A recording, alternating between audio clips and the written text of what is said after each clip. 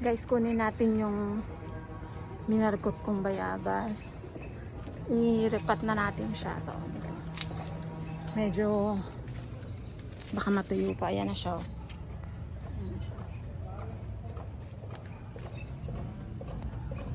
Pwede na yan kasi dark na yung kanyang ugat. So pwede ko na siyang ilipat. Subukan natin. Ang hirap nitong putulin.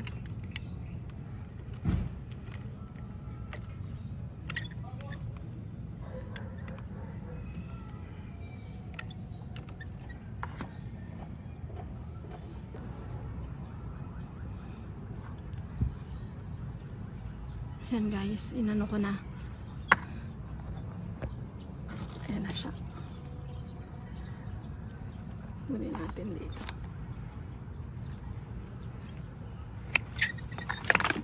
Oops.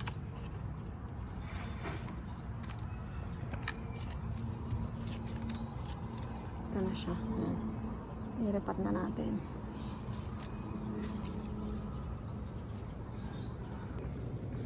Dali natin dito. Ito natin siya i-repat.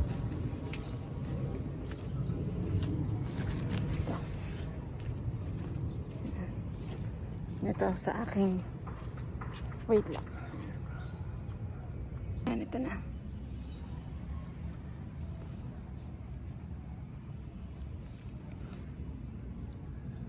Lipat ko muna ha. Pakita ko sa inyo after ko na siyang mailagay dito. Kasi ang hirap ng nagvi-video tsaka transplant. See you later, wait lang. Guys, kapag natanggal na sa yung plastic na nakalagay, yan na siya. Tapos itutusok na natin siya dito.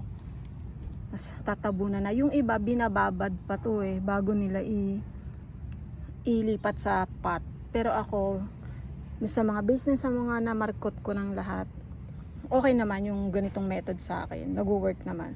Nabubuhay naman sila. Basta kailangan yung ugat ganyan na. Yung medyo matured na, stable na yan. Pwede na yan. Yan na guys, nalipat ko na siya. Yan na siya. Tapos didiligan na lang natin. Tapos ilalagay ko siya sa shaded na part. Yung hindi pa muna direct sa sunlight. So mga 1 week, couple of days bago natin siya ilalabas sa outside world sa direct sun para hindi siya ma-stress. Yan na siya. Update ko kayo guys kapag nagkaroon na siya ng dahon, kung ano yung mga nangyari sa kanya, kung magbubunga na ba siya kaagad. Okay, thank you guys for watching. See you sa next video.